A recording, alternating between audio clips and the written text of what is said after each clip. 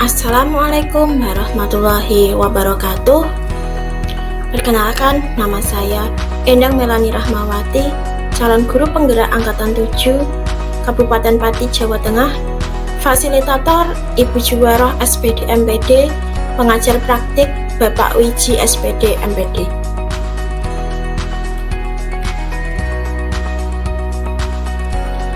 Pada kesempatan kali ini, saya akan melakukan demonstrasi kontekstual modul 1.1. Pemikiran filosofis Ki Hajar Dewantara, pendidikan yang berpihak pada murid.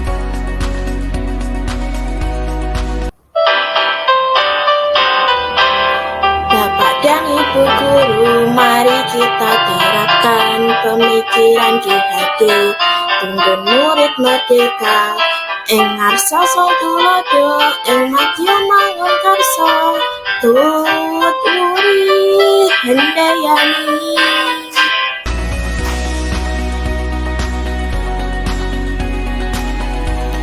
Trilogi pendidikan Ki Hajar Dewantara, ing ngarsa sang tulodo, ing madya mangun karsa, tut wuri hendayani.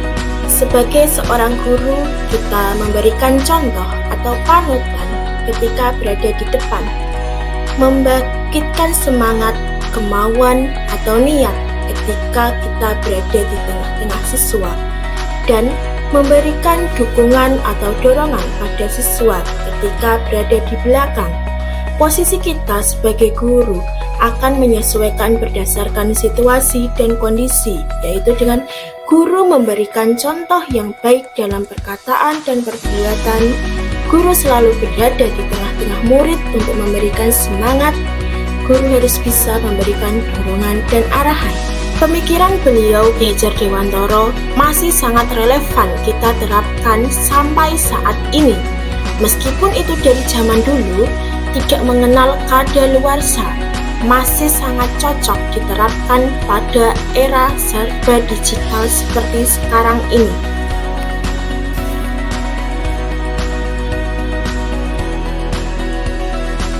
Tujuan pendidikan. Menurut Ki Hajar Dewantara, pendidikan adalah segala kekuatan kodrat yang ada pada anak-anak agar mereka dapat mencapai keselamatan dan kebahagiaan yang setinggi-tingginya, baik sebagai manusia maupun anggota masyarakat. Pendidik menuntun kodrat anak. Kodrat anak berkaitan dengan kodrat alam dan kodrat zaman. Kodrat alam berkaitan dengan sifat dan bentuk lingkungan di mana anak berada, sedangkan kodrat zaman berkaitan dengan isi dan irama. Pendidik hanya dapat menuntun tumbuh atau hidupnya kekuatan kodrat yang ada pada anak agar dapat memperbaiki laku hidupnya dan tumbuhnya kekuatan kodrat anak.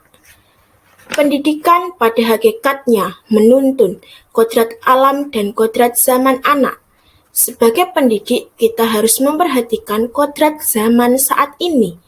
Pendidikan yang relevan adalah siswa yang memiliki keterampilan abad 21 atau keterampilan 4C, yaitu creative thinking, critical thinking and problem solving, communication, and collaboration. Sedangkan kodrat alam adalah dari konteks lingkungan, bahwa setiap anak memiliki karakteristik yang berbeda-beda.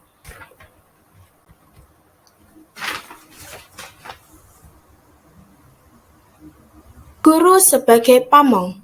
Dalam proses menuntun, anak diberi kebebasan, namun pendidik sebagai pamong memberi tuntunan dan arahan agar anak tidak kehilangan arah sehingga anak dapat menemukan kemerdekaannya dalam belajar.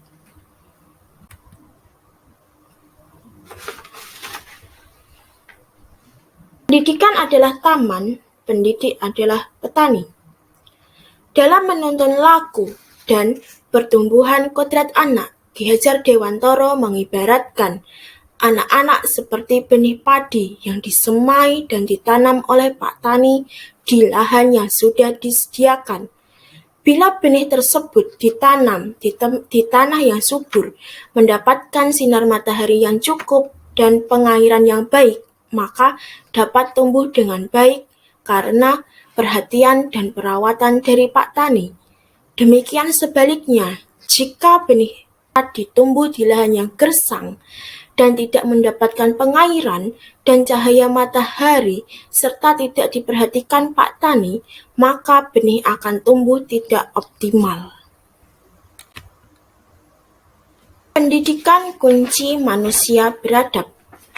Pendidikan tempat persemaian benih-benih kebudayaan yang dapat mengantarkan murid pada budi pekerti, yaitu olah cipta, rasa, dan karsa yang luhur. Ki Hajar Dewantara memiliki keyakinan bahwa untuk menciptakan manusia Indonesia yang beradab, maka pendidikan menjadi salah satu kunci utama untuk mencapainya. Pendidikan dapat menjadi ruang berlatih dan bertumbuhnya nilai-nilai kemanusiaan yang dapat diteruskan dan diwariskan. Prinsip pendidikan berdasarkan pemikiran Ki Hajar Dewantara yaitu asas trikon, kontinuitas, tidak melupakan akar nilai budaya. Pengembangan pendidikan di sekolah atau kelas harus terus-menerus dan berkesinambungan dengan perencanaan yang baik. Di sisi lain, pendidikan juga dapat dikembangkan sesuai dengan perkembangan zaman. Yang kedua, konvergensi. Pendidikan harus memanusiakan manusia. Dalam upaya mengembangkan pendidikan, kita tetap terbuka dari berbagai sumber luar yang dipandang dapat memajukan pendidikan Indonesia. Konvergensi dilakukan dengan memilih dan memilah metode yang sesuai dengan kepribadian Pancasila. Contohnya Taman Siswa Ki Hajar Dewantara yang merupakan diambil dari metode Montessori dan Froebel dan disesuaikan dengan jati diri bangsa. Konsentris. Pendidikan harus menghargai keberagaman dan memerdekakan murid. Dalam pergaulan dengan bangsa-bangsa lain di dunia, kita harus berusaha menyatukan pengembangan pendidikan kita dengan pendidikan dunia global. Dengan catatan, harus tetap berpegang pada ciri khas kepribadian bangsa Indonesia, yaitu berdasarkan Pancasila.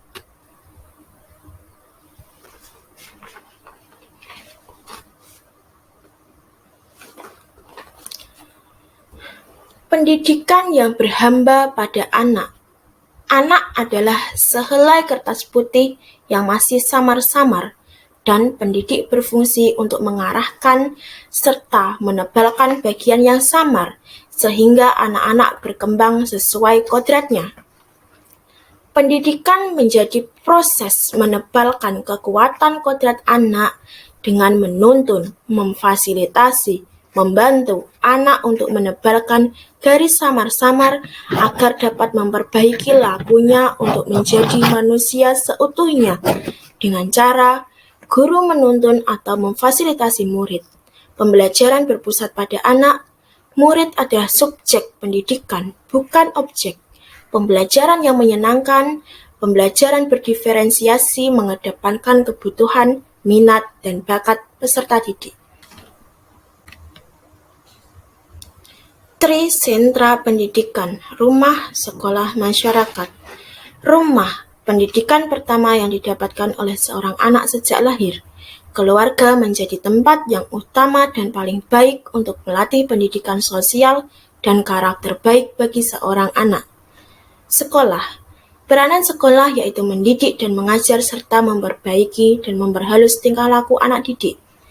Masyarakat, teman-teman bermain, tetangga-tetangga sekitar rumah dengan berbagai latar belakang kehidupan, menyediakan wahana pembelajaran yang sangat beragam yang turut mewarnai pembentukan karakter seorang anak. Ketiga pilar berperan untuk menciptakan suasana belajar yang menyenangkan dengan terbangunnya kerjasama antara guru, orang tua, sekolah, dan masyarakat diharapkan dapat menumbuhkan ide atau gagasan inovasi dan kreativitas.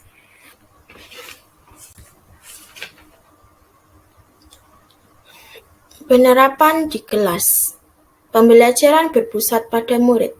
siswa terlibat secara aktif dalam kegiatan pembelajaran, misalnya dengan kegiatan diskusi, mencari referensi dari internet, atau menggunakan media yang sesuai dengan materi. Pembelajaran yang menyenangkan. Pembelajaran variatif sesuai kodrat zaman dengan memanfaatkan teknologi berdasarkan karakteristik peserta didik dan mengaitkan materi dengan kehidupan nyata. Pembelajaran berdiferensiasi. Pembelajaran disesuaikan dengan kemampuan, bakat, dan minat anak. Misalnya, dalam pelajaran anak dapat membuat karya berupa poster maupun cerita pendek.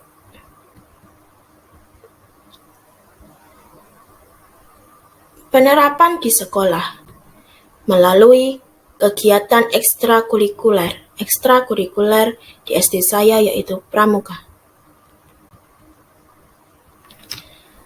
Kegiatan pembiasaan. Pendidikan bukan hanya mentransfer ilmu, namun juga mentransfer nilai-nilai budi pekerti dalam keteladanan siswa, seperti disiplin, gotong royong, religius, rendah hati, dan pribadi yang terus belajar. Pengembangan budi pekerti melalui kegiatan pembiasaan di sekolah dilakukan dengan membaca Asmaul Husna di pagi hari sebelum jam masuk sekolah. Hari sebelum masuk kelas, doa bersama hari Jumat. Bimbingan dan latihan, yaitu latihan upacara. Kerjasama dengan orang tua siswa dalam hal mendampingi putra atau putrinya belajar di rumah. Narasumber kegiatan grup WA untuk orang tua siswa berkomunikasi dengan guru kelas. Tantangan dan solusi. Tantangan. Kecanggihan teknologi dan pengaruh globalisasi di satu sisi memberikan dampak positif, yaitu dapat melihat dunia luar dalam genggaman. Namun di sisi lain berdampak negatif seperti merosotnya moral anak.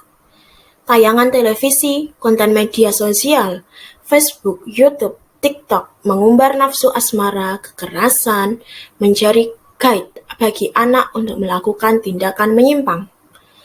Tantangan yang kedua yaitu kurangnya minat anak dalam belajar, sehingga sulit melaksanakan pembelajaran yang sesuai dengan kodrat alam dan kodrat zaman. Solusi. Sebagai pendidik, saya terus belajar mengembangkan kompetensi diri, memberikan keteladanan, menggunakan model dan metode pembelajaran yang menyenangkan, serta dapat bermain sambil belajar karena bermain adalah kodrat anak. Menjalin kerjasama dengan kepala sekolah, rekan sejawat, orang tua, dan masyarakat demi tercapainya generasi cerdas dan berbudi luhur. Terima kasih. Salam guru penggerak. Tergerak, bergerak, menggerakkan.